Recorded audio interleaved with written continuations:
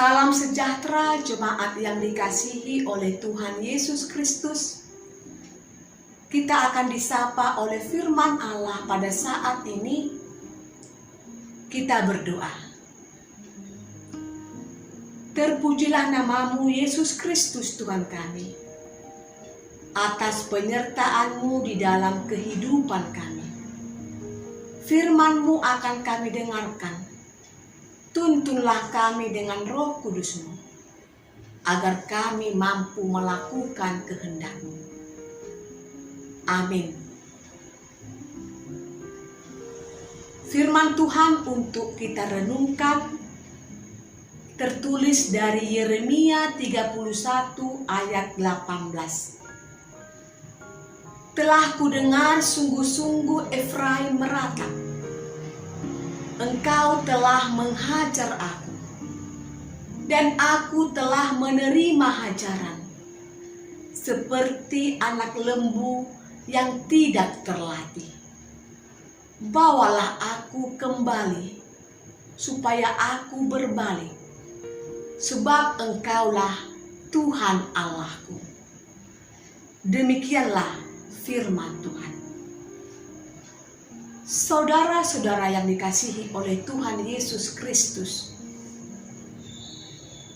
semua kita manusia pasti pernah melakukan dosa, melakukan hal-hal yang tidak dikehendaki Allah di dalam kehidupan kita. Namun ketika kita berbuat yang tidak dikehendaki Allah, Tuhan menginginkan agar kita bertobat, menyadari kesalahan kita. Tuhan tidak menginginkan kita untuk berputus asa ataupun mengeraskan hati kita untuk tidak kembali ke jalan yang benar. Allah menginginkan pertobatan orang fasik. Allah tidak menginginkan kematiannya, tetapi pertobatannya, agar orang itu memperoleh kehidupan dari Allah. Demikianlah dengan bangsa Israel yang dihukum Allah karena dosa-dosanya yang melupakan Allah. Bangsa Israel yang diizinkan oleh Allah terbuang ke pembuangan Babel. Namun Allah tidak menginginkan bangsa itu untuk binasa. Nats ini merupakan nubuatan dari Yeremia, di mana di dalam nubuatan Yeremia itu Allah mengadakan perjanjian yang baru dengan bangsa Israel. Allah akan memulihkan kembali bangsa Israel, mendatangkan kebaikan kepada bangsa itu. Bangsa Israel yang disebut dengan Efraim di dalam nats ini. Efraim yang dahulunya memberontak kepada Allah, namun akhirnya dia meratapi, menyadari atas kesalahannya. Efraim yang sungguh-sungguh bersedih karena dosa-dosa yang dilakukannya kepada Allah. Saudara-saudara yang dikasihi oleh Tuhan, di dalam nats ini, Efraim atau bangsa Israel menerima hajaran dari Tuhan, dan bangsa Israel mengakui bahwa ia juga telah menerima ajaran itu. Allah menghajar bangsa Israel melalui hukumannya di pembuangan Babel. Saudara-saudara, bangsa Israel diumpamakan seperti anak lembu yang tidak terlatih.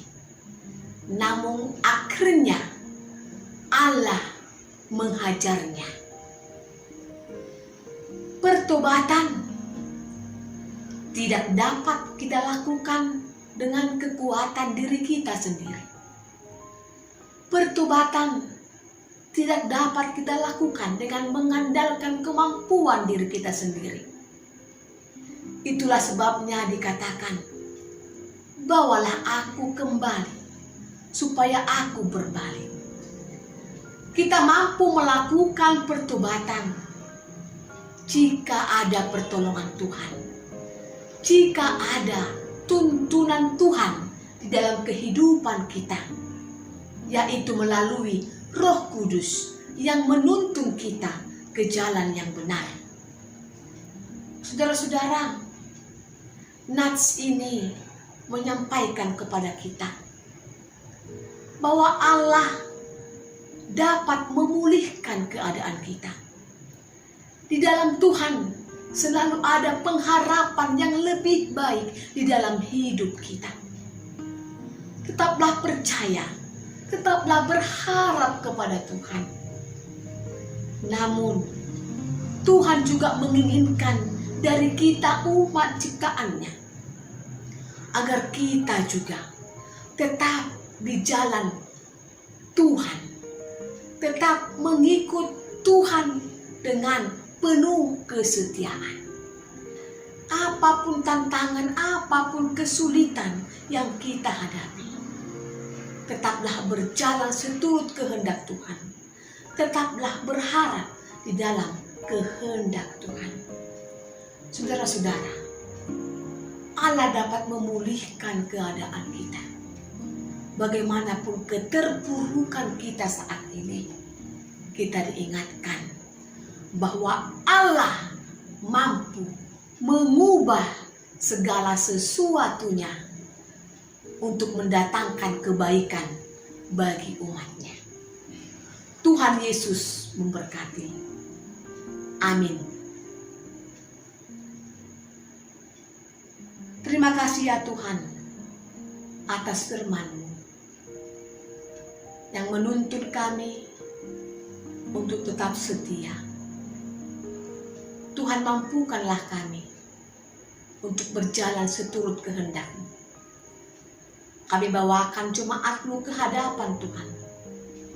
Tuntun mereka ya Tuhan di dalam pekerjaannya. Berkati Tuhan pekerjaan jemaat-Mu.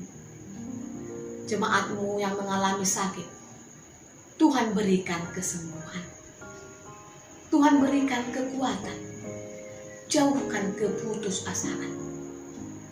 Jemaat-Mu ya Tuhan yang mengalami duka cita, hiburlah mereka ya Tuhan, agar tetap kuat, agar tetap semangat di dalam kehidupannya. Kami serahkan hidup kami ke tangan Tuhan. Mampukan kami Tuhan menjalani hari-hari kami. Terpujilah Engkau, Yesus Kristus Tuhan kami. Amin.